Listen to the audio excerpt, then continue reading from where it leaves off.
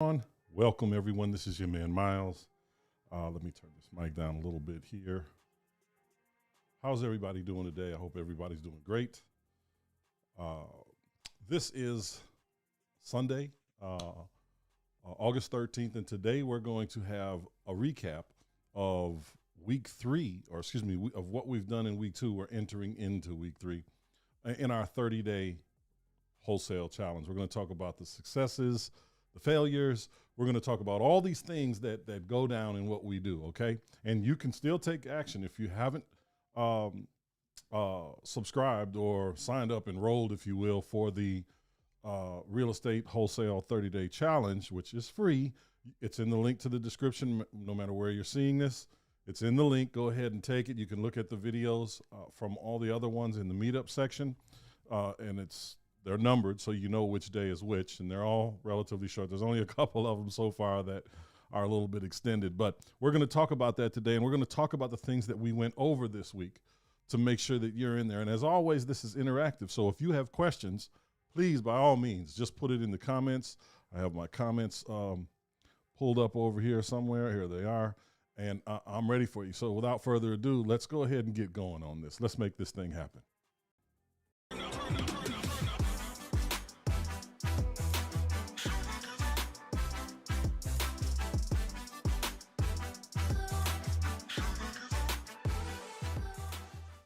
All right, we're back. Hey, so listen, it has been an exciting week. And let me go here. Let me open up my my tablet in the event that I need to make some notes, share some notes, I should say. We're going to go over the things that we did in the second week because, hey, what's going on? Welcome. We have had some good activity for the people that have accepted the challenge. We've got some people that are doing some things, and we want to talk about those things and have acknowledgement. So without further ado, let's just kind of talk about that. So in week two, one of the things that we're doing in week two is making sure that we're talking to people, making deals, negotiating, doing all these things, right? So if you're reaching out to people in week two, as you should be in this particular with this particular challenge, sometimes things go fast, sometimes they don't. For some people, they went fast, and we're going to acknowledge those people. So in week two, basically from day 7 to day 14, we're on the phones, we're marketing, we're meeting people, we're talking to agents, we're talking to owners, and we're putting in offers. That's what happens. That's what you do. And in this second week, we've got some people that have put in their offers and got accepted on their offers in this challenge so far. And so I want to acknowledge these folks. So we have Jeff, who is here in Georgia, and Jeff has actually two deals under contract. Found an owner that owned a property two properties right next door to one another, and has them both under contract, which is great, I think, as of yesterday. Mike, I know Mike's got one. His is real interesting, though. Mike got one, it went under contract. We saw pretty quickly that it was a little overpriced, and we had to go back in at that point and renegotiate it. So he's got some other offers in right now as well. We got Steve. He's also in Georgia. He's got one under contract. Let's see. We've got Selena. She's got one under contract. We got Dave in Florida. Dave's got one under contract. And we got Mark in New York, who's got one under contract. Now, I want to say that some of these folks are not doing deals in their state, whereas Jeff is doing deals in Alabama. Mike is doing deals in California, Texas, Georgia. He's marketing in those places. Steve is just in Georgia. Selena's sticking in Georgia. Dave is in Florida, so he's working Florida. Mark is in New York, and he's in South Carolina, and Georgia as well. I say all that to say you don't have to be, investing where you are. You can do this in other places. So I want to say congratulations to you guys for getting these deals. Now it's about marketing these deals for sale and getting out there. So I just wanted to say congratulations, you guys. That, to me, it's absolutely fantastic. I love to see what you're doing. I love to see the growth, the progress. It's fantastic. So keep up the good work. I'm here, of course, for you. So as you move forward, I'm helping you. I'm helping these folks for you folks that don't understand me and haven't looked or heard me a lot. I'm here to absolutely make sure I help these folks. So when they're out there and they're doing this, they don't know what they're doing. Most of these folks are brand new. They haven't done it before. And I can tell you from experience, and some of them are feeling it too. That, you get a little frustrated, but you got to keep pushing forward. That's what matters. And these are the folks that are doing deals. Now, we wouldn't normally be putting in, most people would be at this point next week, right? But these are the outliers. These are the people that have, it's just kind of happened for us. It's not that there isn't any other people making offers. We just haven't heard back yet. So keep it up, guys. Keep it up. For those of you that are still grinding, trying to get your first deal, you can't stop. You got to keep pressing, right? I mean, it's just this 30-day challenge. Let's just keep going. We've got a lady in our group it took her 10 months to actually have a signed deal. Her first signed deal took her 10 months. For some people, it happens like this in no time at all. It happens in a week. So it's just the law of averages. The more people you call, the more deals you're going to get. The more offers you put in, the more deals you're going to get. So that is where we go. I don't know who this Facebook user is. It just pops up as Facebook user. So they're saying congratulations to everyone. So absolutely congratulations to you guys. I'm proud of you. I can't wait till those checks wind up in your pocket. And by the way, if you ask them to send you a check, it's really just so you can show it if you want to, but you don't have to do all that. Get your wire. It's faster. It's in your bank. Okay. Okay. You're paying for the wiring fee anyway. So just do that. So what did we talk about this week? What have we talked about so far? How is it that people are having some success? What did we do in week 1 for those that didn't see it? Okay. So in week 1, we talked about leads, where to get them, how to look for them. We talked about Zillow. We talked about marketing strategies, free and paid, and there are links inside all of there to any of the free or paid stuff that you might want to look at that we currently use. We talked about driving for dollars, all these techniques to locate the property, right? Just to locate the property. So in week 1, these people were locating the properties, looking for the deals, calling agents, whatever their strategy was, right? Some people have cash strategies. Some people have creative financing strategies, right? But marketing is the same. You got to get to it. And they did that. So everybody's been doing that. So now we get into week 2, which is what we just finished. And we talked about inside the group, we talked about finding comps, understanding the difference between, when you're wholesaling. I want to focus on this for a second because this is a big deal. When you're wholesaling, you need to understand if you're wholesaling for a retail market or a wholesale market, okay? This is something that most people really don't think about. Now, for me, I'm wholesaling my deals to someone that's going to do a retail renovation. That's, you're going to renovate it to sell it on the retail market as opposed to a rent-ready renovation, which is going to be subpar. Well, it will be par for the course, but it's beneath what we would do to get a retail. So let's say you're not going to put in all hardwood floors. Maybe you put in engineered hardwood floors in the commons area and carpet in the bedrooms if you're going to rent it out. Maybe you're not going to maybe you're going to use granite, but you're only using a tier 1 granite, which is the most affordable granite, as opposed to really doing it. Maybe you're not going to go all out in the kitchen, in the bathroom to make it look absolutely spectacular because it's a rental. So there is that. So when you're looking at a specific area and you're putting offers in and you're looking at comps, when you're comping it, are you comping it on properties that are rent ready, or are you comping it on properties that are retail ready, right? That new crisp smell with the agreeable gray walls and the white trim and the engineered or actual hardwood floors with the open space kitchen and the island and, the soft closed cabinets, all the great stuff you want in a house when you're going to buy it. Are you doing a renovation like that? Or again, is it just a rent ready renovation? So you have to kind of identify the area. When you're looking at a deal, or a potential deal, I should say, you want to identify first, okay, what kind of deal is this? What kind of area is this? Is this an area that's, highly owner occupied? Is it an older community? Is it a younger community? Is it a rental community? You ask yourself these questions because you need to know it. When you're analyzing your market, when you're picking a market, even if it's not your market, you have to familiarize yourself with that market. And how do you do that?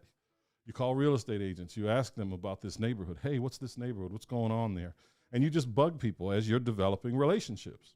Because ultimately, those agents are going to bring you deals if you're following the strategies that we teach. Okay? You got to go. You got to go for it. So knowing what that is extremely important.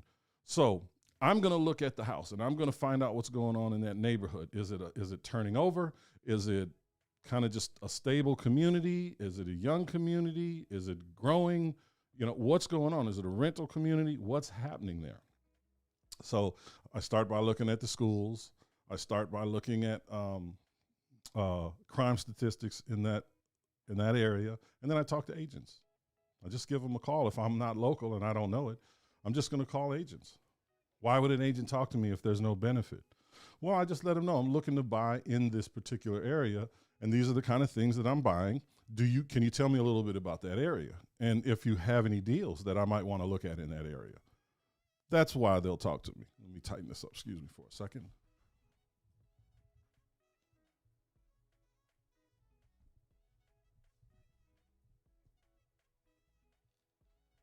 All right, there we go. So that's why they're going to talk to me. They're going to talk to me for potential business in the future. That's why I want them to talk to me. I mean, I don't want to really, talk about the game. I don't watch sports that much. So I want to get to the business, and that's what they're there for. And so once you have that information, then you can determine, okay, how much is this going to cost me to get a rent-ready renovation as opposed to a retail ready renovation. Now, depending on where you are in the country, your retail renovation, if you're here in Georgia or somewhere like Georgia where the building codes are the same or similar, which means the quality of material that you use is similar, it's going to be, $60, $65 a square foot full. I mean, that's like gutting everything, doing all mechanicals, things like that. You're going to be roughly there, right? Well, there are some material increases in cost, so I'd say 65 to 70 just to be on the safe side. But, you have to look at what's needed, and that's the worst of the worst. So if you're going to do a retail ready renovation, you're probably going to want to add at least another $10. Well, I'd say a minimum of another $10 per square foot for a full-on renovation, because that's going to cover all your upgraded costs, right? If you're going to use an engineered hardwood floor or hardwood floors throughout the whole house on a retail one, it's going to cover that cost. You're going to do a tier 2 or tier 3 granite or maybe another stone altogether. It's going to cover the difference in cost and so on and so forth. All your upgrades, your lighting upgrade packages, your tile upgrade packages, all of those are going to play in. So that is an important thing to talk about, to understand, and to talk with your coach or your partner or your mentor about it, because it matters. And I can't tell you how often people will over renovate a property for a couple different reasons. One, they didn't understand the neighborhood. Two, they're putting what they want and what they like into this thing, and they're not paying attention to the business aspect of it, right? Because I tell you this, there are more often than not, there are times when I'll tell you about this couple. I will not say no names, but I was working with this couple, and they bought this house in an area that was just beginning to turn around. And the numbers were good. They got it for a really low price. That we were buying houses for like $80,000 back then. But for like $80,000, it was going to be worth about $160, somewhere in there. So the renovation, it was supposed to be a rent-ready renovation. They weren't retailing it. So they were going to do a rent-ready renovation, and there was a small budget, $30,000 to do this renovation. But they kept seeing things they liked. They wanted marble tile in the foyer, right? Just the entrance to this. It's a small 3-bedroom, 2-bathroom house, but they wanted a marble entryway. Of course, I said no, but it's their house and it's their money ultimately. And I said, okay, here's how much we were budgeted. Here's how much you've gone over. And it starts with that. It's, you look at it, people look at it and say, well, it's only a couple dollars a square foot more. Yeah, but it's a couple of dollars a square foot more on that stone, the way you got to do it. Labor is a little bit different. Waste is going to cost more. Everything is 10% more, or whatever the cost is, $10, $2 more. But if you're covering, you're over the budget now, $200, $300, $400, and you do that on the next one. They did it in the kitchen, where this kitchen did not call for any kind of stone at the time, so they wanted to put granite countertops in. So that's what they did. Long story short, there was no more money in the budget, and they had to come out of pocket. They were so mad at me because I let them go over budget, and I wasn't teaching them; they were a client, and this was their choices. These were their choices. I told them not to do it. I told them this would go over, and they'd have to come out of pocket. And when it happened, they weren't happy. But that's what happens. You got to stay in budget, so you have to know what you're doing. They were putting in stuff that they liked. They were renovating a house that they wanted to live in, but they didn't want to live in that house. These were things they wanted, but they didn't put it in their house. Make the money, put it in your house. If this is a rental property for you, make the money, put it in your house. Put the stuff that you want in your house after you make the money. You want marble floors? Put it in your house. Period. Yes, it is funny. I couldn't agree more that it's funny. It's beyond funny, but people do these things. So be aware of what you're doing. So even if you're not, if you're not there, you talk to people, find out what's going on in that particular area. Is it coming up, and what's happening? Jeff did a really good job on the deals that he got, because he did it like a literal deep dive into the community. He saw that the community was turning over. There's new construction a block away. They built these townhouses, right? Like a row of them that go around the block, and there's other things that are coming there. So these houses, they're right next door to each other. He got them at a great price. He can renovate them, or he's going to wholesale them off, actually, and whoever's going to buy them can then renovate them and make them beautiful, because the houses that they're building are in the 300s. These won't, of course, go that high, but they'll be close to it. They'll be close to it. And I got to tell you, you got to know what it is you're trying to do. You have to know what the neighborhood is, or where the neighborhood is going, so that you can take full advantage of the deals that you're making. And I know this is like throwing on another layer, right? And I can sit here and tell you, don't just go into areas where price points are this, because then you're going to do that. I don't want to tell you that, because it's just not that cut and dry, right? If you're doing your marketing and you're looking for properties in a specific zip code, right? Because the neighborhood that you want, you may not, it doesn't pop up, it doesn't populate. So you got to look at the whole zip code to find that neighborhood. Or if you don't really know it, what the boundaries are for that particular neighborhood. You're aware of the neighborhood, but where are the boundaries? Because I can tell you here, you can cross the street and prices are different. Just across the street, prices are completely different. So you can't obviously use them as comparables. So you have to know that. Am I buying on this side of the street or the other side of the street? It'll make or break your deals, because it happens. And again, I'm putting caution on that, as I do inside the 30-day wholesale challenge, to the people that are in there. And again, if you have questions, put them in here. Let's have a conversation. If you want to take the challenge, again, it's free. And the link to sign up is in the description to this. You can look at the videos that I've already done we've only done, I think we're on day, today's day 13. So today's day 13.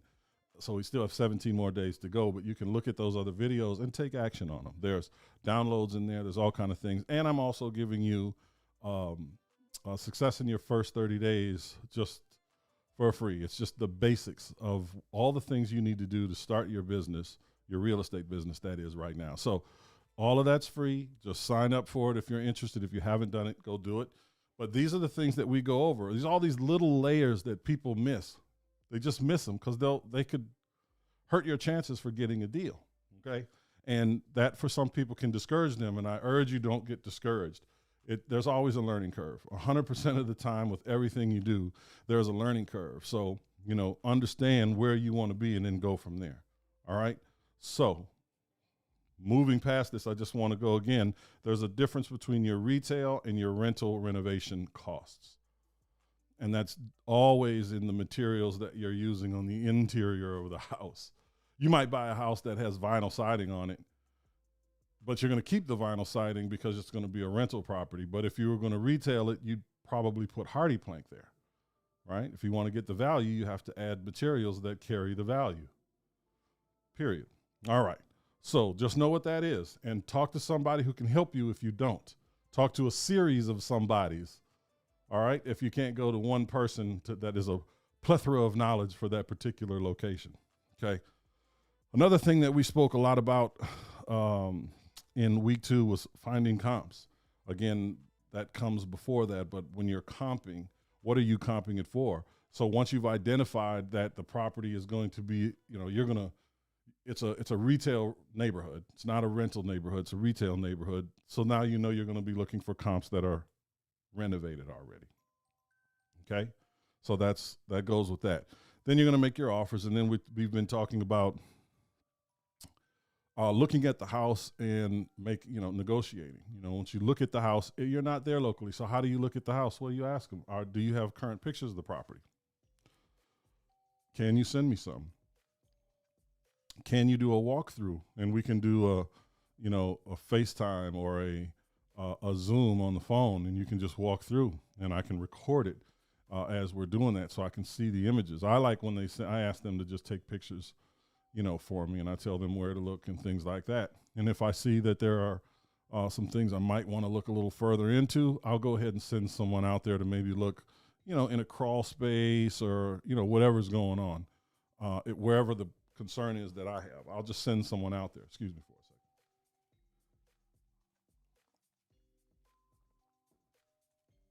That's good water. Good water. Thank you for bearing with me. Thank you for bearing with me. So look at the house, look at the pictures, determine what needs to be done, get yourself a due diligence period, then make your offer. I mean, you're going to make your offer, and then you get your due diligence period once you have a signed contract. Then you go and you look at the property. Then you send someone over there, and if you don't like what you see, you have whatever the time frame of the due diligence period is to back out of that deal, period. All right, we talked about negotiating. How do you talk to people? How do you negotiate? Well, once you know your numbers, negotiation becomes a lot easier. Now it's the psychology, the fight, the struggle then between you and the seller. What is it that they really want, or what they'll really accept, as opposed to, what they're asking for sometimes. And where can you settle? Where are you comfortable? Well, if you follow the formula that we have for your cash deals, and I'm gonna give you again that formula. So if you're not, let me see if I can go ahead and pull that up. Oh, don't have my pen. That's fine. Okay, that's fine. So I'll just tell you. So the formula is this: it's ARV. Once you've determined the ARV, times 70% minus the cost of renovation, minus your potential profit, meaning what do you want to make? Do you want to make 3,000, 5,000, 7,000, 10,000? And then whatever's left, that final number, is your maximum allowable offer right there. But you're not going to start there. Let's say that your maximum allowable offer, or MAO, was $100,000. You're not going to start your negotiation at $100,000. You're going to probably start it at 80 or 85 or 90 even. You're going to start there, and then you're going to go. But you're going to, before you do all of your, you're going to have done all that, and you're going to have your paper ready in front of you when you're ready to make your offer. But the negotiation process starts from the first time you talk to them, really, because you're trying to ascertain what their pain is. What's the motivation? Why do you need to sell this, and do you need to sell it fast? Why do you need to sell it fast? Is it a tax? Is it just a pain in the butt? What's going on with you in this particular property? Why do you want to get rid of it? What is the motivation? Do you need money? I even ask them what they're going to do with the money once they sell it. I'm looking for what their motivation is and how I can structure a deal that is beneficial to the both of us, right? That's the most important thing. You want to walk away from the table and everybody has to be happy and comfortable and smiling. They're happy with how much they got. You're happy with the deal you made, period. And you're learning all these little psychological tricks. Can you get some more water, please? Thank you. Excuse me. So you're learning all these little psychological tricks and pickups when you're talking to people. So when you're talking to them, you have to remember what they want. I talk a lot in my negotiations about other things than real estate. Who are these folks? What do you do for a living? I look for parallels in our lives that we can joke about, because that is when you have something shared, you can joke about it. You can talk about it. You have something to relate to in the conversation, right? We did a deal with a gentleman in Texas who travels a lot. I traveled ridiculously up until about 2018, going on the road doing real estate and business trainings. That's what I do. And I think it took me about 9 years or so to get to 1 million miles. Maybe it was 10. Yeah, it was probably 10 or 11 years to get to 1 million miles. And when you travel like that, you have a lot of stories. You have a ton of stories, a ton of things to talk about with other people that travel like that. You know, not only do you get your sky miles, you get your hotel your hotel points, and you get credit cards that you use so you can get more points so you can fly for free when you want to take your family places. And I tell you, it's just a funny conversation that you can have with people that travel like that, because there's so many stories, so many things you've seen on the plane, in the airport, at the hotels, on the road, in the I was going to say taxi, but Uber, just a ton of different things. And that made he and I get really close really fast. We made a deal on the first call. And sometimes it goes that way. It doesn't always go that way, but sometimes it does. And that was, by the way, another student's client that I closed for him. I'm not going to say her name, but that's another student. Excuse me. Thank you. Thank you very much. Thank you.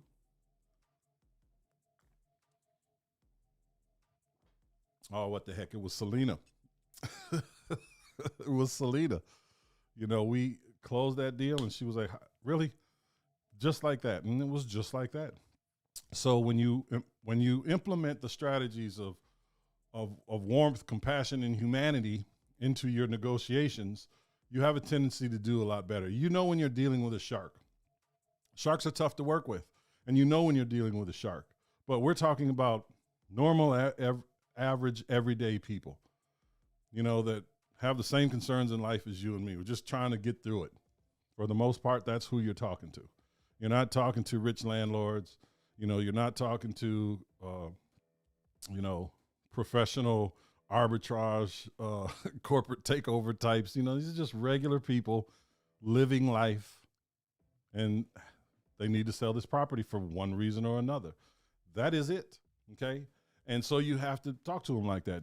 Try not to be the smartest person in the room or on the call, as it be. Don't do that. Just ask a lot of questions. Yes, you're the one kind of steering where this whole thing goes when you're negotiating. Absolutely. But don't be overbearing. It doesn't bode well for most people. No one wants to be with the know-it-all, even if you are the know-it-all. Just play it down a little bit and structure the deal. You don't have to let them know you know everything about real estate or every way you're going to structure this. The thing that you need to understand with that person, the only thing you need to understand with that person is the only thing they care about, which is what? How much am I going to get? That's the only thing they care about. So you need to be focused on that, period. As it relates to you, when they're talking to you, the only thing they care about is what they're going to get, and are they going to be happy with it? Y'all ain't going to go, out on Sundays and watch the football games and drink beer and eat chicken. The odds of that happening are, slim to none. So stay focused on what motivates them, their motivation, period. They already know you're there to make money. Focus on their motivation, whatever that is. And it's not always about making money, okay? So you listen. You do a lot of listening, and you ask questions that will allow them to answer them thoroughly. Get away from the yes-no questions. Ask questions that make people give you answers that are more than yes or no. That's ammunition for you because they're opening up little at a time, little at a time, little at a time. You're not going to get every deal, even for the people that open up, because your wants and needs will be too far apart. And that's fine. You follow up. Maybe things change for them. Maybe the market changes for you, whatever the case. You follow up with them until they tell you, stop calling me, or they sold it, period. All right, so that we talked about negotiation. We talked about looking at the house and making offers. I'm not going to get into that being clear on the 5 points because the 5 points will take us quite a while to get into. But finding your deals. Let me talk about some of the market conditions today so you know what you're doing while you're out there. When you're looking at comparables today, I'm telling people don't go further back than 6 months because you've had a lot of changes. Back a year, markets are different in every state, from city to city, county to county, not just state to state. Markets are different, okay? So when you're looking in the area, you're looking for sales in the last 90 days to 180 days, 3 to 6 months, because there's been so many changes in the market prior to that. Interest rates have gone ridiculously high. They're going to continue to go up, as Chairman Powell has already let us know. So he thinks they're going to go up at least 2 more times this year. And if he's correct, and it sounds like he is, we've just recently had an uptick in inflation again. So, the government, the Fed, I should say, always wants us to be hovering at around 2%.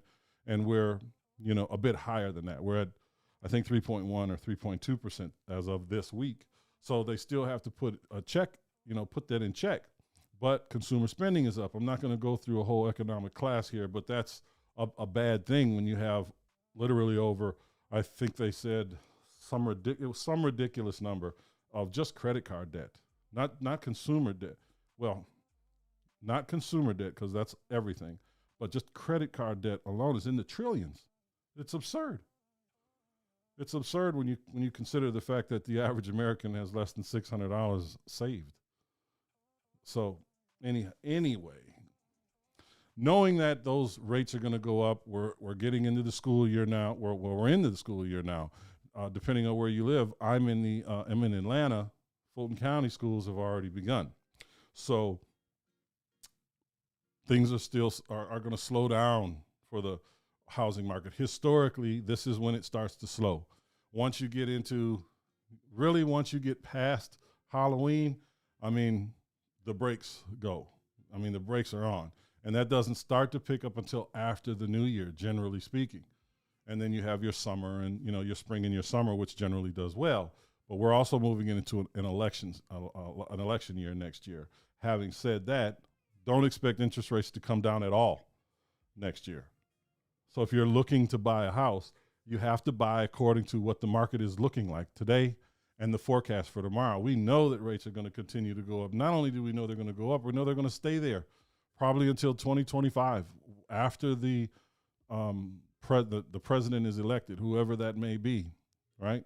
So after they're, inaugurated or whatever that is on January 20th, when they go and do their thing.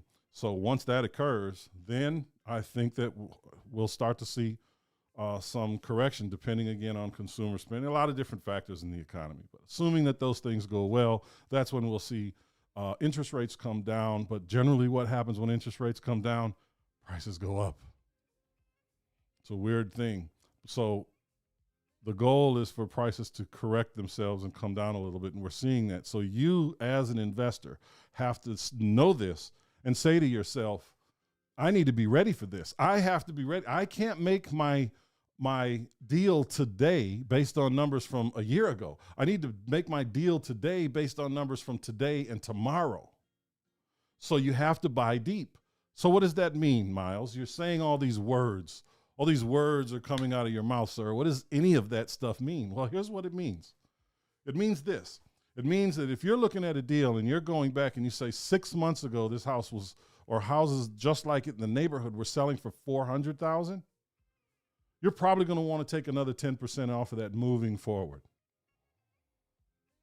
Now you might say, Miles, that sounds quite aggressive. Yeah, it is. But you have to be prepared for the market tomorrow. You don't want to take a chance with your money like that.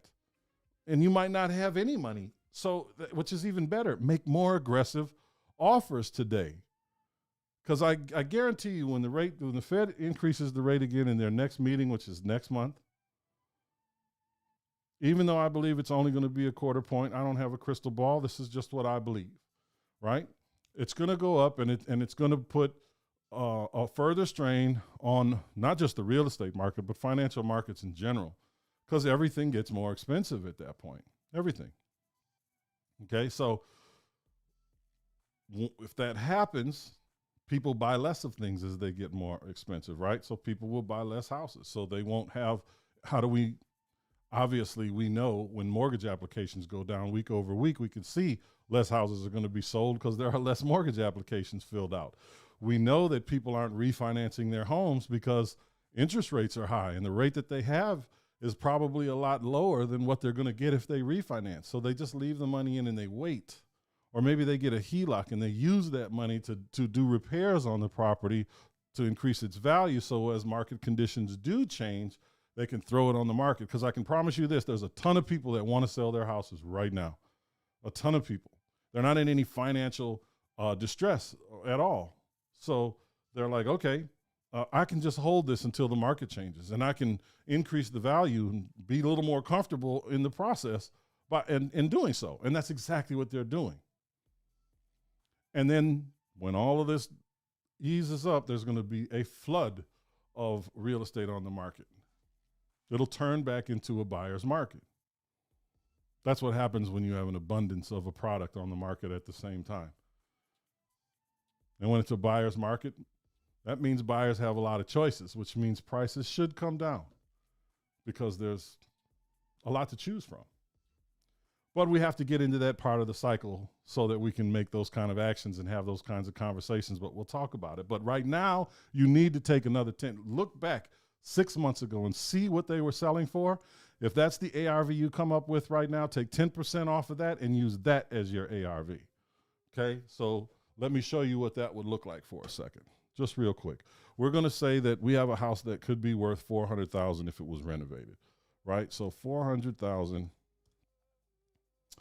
times 0.7, that's that 70%. Let's say that's the ARV from 6 months ago. 6 months ago, that was it. So that's 280. Let's say that we've determined that there's $50,000 in renovation, right?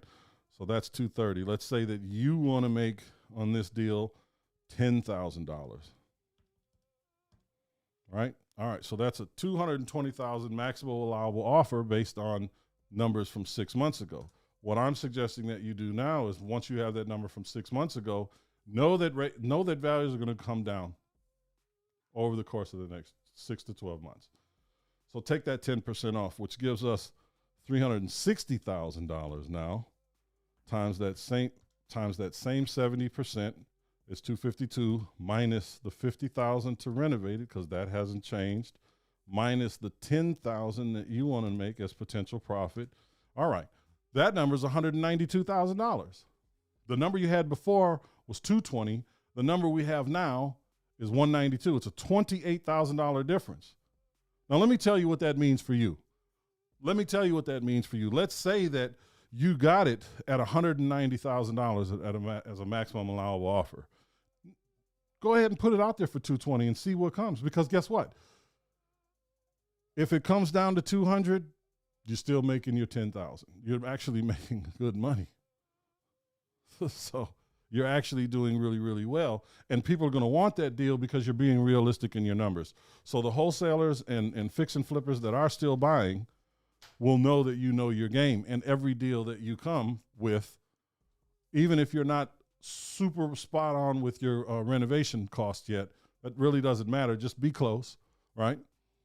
They know that you know your numbers, especially when it comes to your ARV. But as you're wholesaling, you're still going to wholesale it if the numbers were at 400, or at least that's where you're going to start. I mean, let's be honest. You're in this to make money. Let's be honest. You're in this to make money. You're not in this for charity. Even though you might give some of the money that you make away to charity, you're in this to make money. And the more money you make means the more good you can do in the world. All right.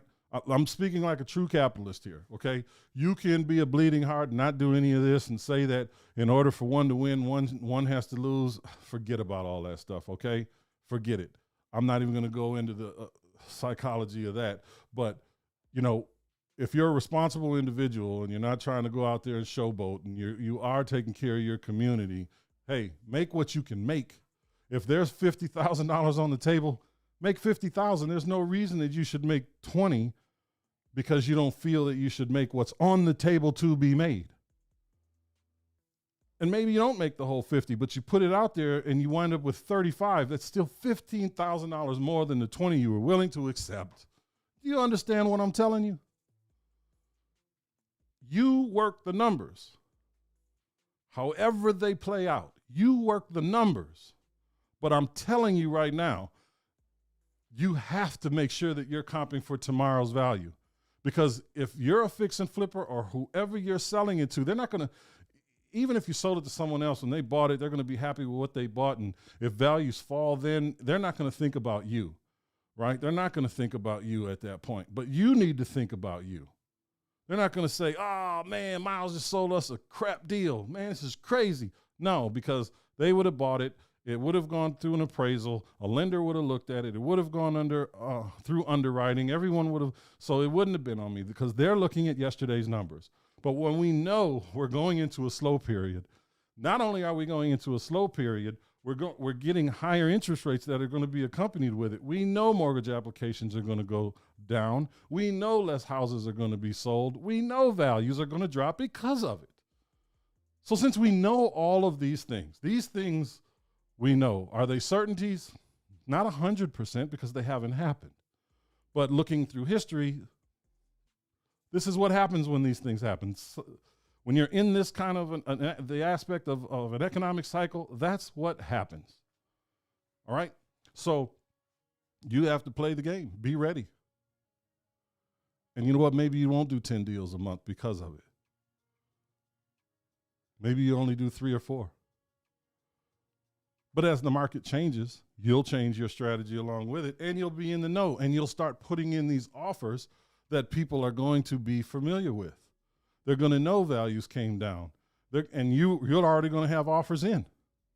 Now they start coming back. Now, 3 deals a month turn into 5. 5 turns into 7. 7 turns into 10.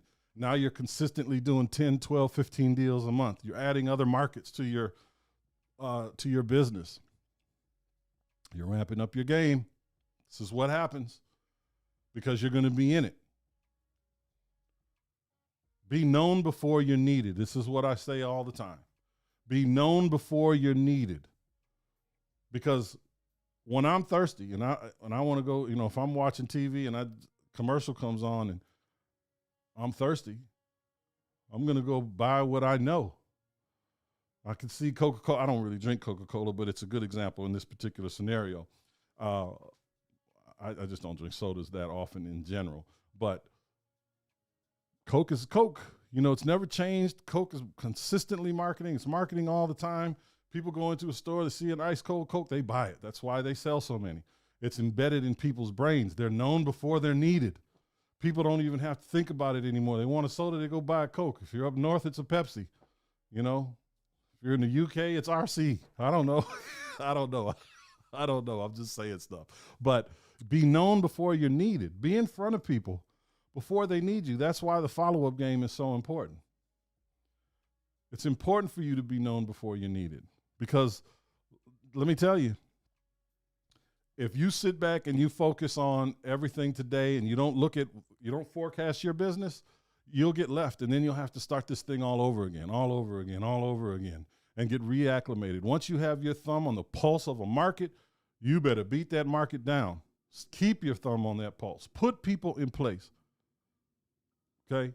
Put people in place as you grow that will keep their thumb on that market. You're not going to be able to retain all the information for every market you ultimately wind up being in, so you're going to have to promote from within, maybe from without. Maybe you partner with another real estate investor, and you start a business, an actual business, okay? I mean, there's just a million different ways to go. But whoever you partner with, make sure they're strong where you're weak, okay? Doesn't make sense for you to go into business together because, you're both left-handed, and you both like spaghetti, and you both graduated. You're both engineers. You've graduated from similar schools. You're too similar. In order for you to get down to the nitty-gritty, somebody's got to be weak at a thing, and someone's got to be strong at another thing, or at the thing you're weak at. Excuse me. It's just the way it goes. And then you lean into each other, not on each other, but you lean into each other to grow the business. Period. Strategic alliances. It's what you need. It's what you need in everything. Okay. So, guys, I haven't gotten a lot of questions today. I wanted to give that recap on everything. And again, a big congratulations to Jeff, Mike, Steve, Selena, Dave, and Mark. I can't wait to talk to you guys this week. We'll be back at it tomorrow, and in the 30-day challenge. So just keep going and listen.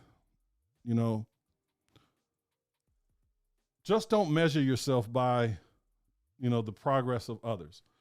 And I'm saying that because I know that we've got people in the program that are just frustrated. It's only been a couple of weeks. This is a business, and you're developing relationships. What I'm doing in the 30-day challenge is to give you a leg up, Anybody that wants to get on the phone or wants me to get on the phone and show them and walk them through talking to agents or going on, they've got a deal, they just need help negotiating. I'm here to make that happen for you. That's what we do in our mentorship program. I'm here to make that happen for you. I want you to win. I want you to have successes in this thing, okay? So don't measure yourself by other people's success. They just got out the gate pretty quick. Anyone will tell you that it normally takes about 90 days to get a deal under contract. It just happens faster for some. That's it. Period. So we work that. So don't measure your success by others. Yours will come, and then you'll be able to do it and do it and do it, right? Because you'll know what it feels like. All right, let's prove the concept. Because as you progress, this does, through this educational process, this does get a little easier, a little better. It just takes time, and it takes consistency. That's it. And you'll be a lot further by just taking another step today. You're going to be a lot further today where you were tomorrow. And tomorrow, take another step. You're going to be a lot further then than you were today. Just be consistent. Be consistent. Be consistent. You hear people say, it's an old saying, even a broken clock is right twice a day, right? So the squeaky wheel gets the oil. Be the squeaky wheel. I like that better than the broken clock, because the broken clock never changes, right? Be the squeaky wheel. Be the squeaky wheel. So this is your man, Miles, and I just want to say thank you so much. Thank you so much. I appreciate you, and I'll get through your comments as you make them. I'll follow up with you right away on whatever platform you're on, and let's talk again soon.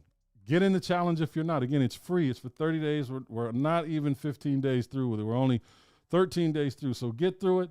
I'm going to start going through these messages and following up with you folks right away. You're more than welcome. Thank you. Thank you for attending. I appreciate you. Jeff, I'm trying to keep squeaking. That's what I'm talking about. That's what I'm talking about, man. Keep squeaking. Keep squeaking. I love it. So thank you, guys. Thank you, everyone. I will talk to you soon. I'll follow up with all of the questions that I'm sure will be in my inboxes and on some of these other platforms. So thank you so much, and I will see you tomorrow. Peace. What's going on, friends and family? How y'all feeling today? I hope you're feeling great, doing well. I've had a lot of conversations over the past, I'd probably say about the past couple months, 2-3 months, about people wanting to get involved in real estate and asking how they can get involved in real estate given all that's going on with the economy. Well, you either have a lot of time, which means you don't have the money, or you have a lot of money, which means you don't have the time. And they want to know how they can get involved in real estate. Some of them have said, look, man, what do I need to do to just get into a deal, right? I don't really have the time to do all of that. So we've just invested their money in some of the deals that we do. So I'm here to open the invitation to all my friends and family that are watching this right now. If you're interested in getting involved in real estate and you simply don't have a ton of money or you don't have a ton of time, maybe you only have, $5,000, maybe you have $100,000, I don't know. But if you're interested in investing in real estate deals passively, truly passively, just reach out to me. You know, there's no link. This isn't an ad. Just DM me and let's have a conversation. We've got deals right now that we can fund. Right now, as of right now, multifamily as well as single family. Deals that you can be in as little as 6 months and as much as 2 or 3 years. Depends on the scenario and what your particular investment strategy is. All I can say is let's have a conversation. So if you're interested, friends and family, just reach out. Let's have a conversation. I'll see you later.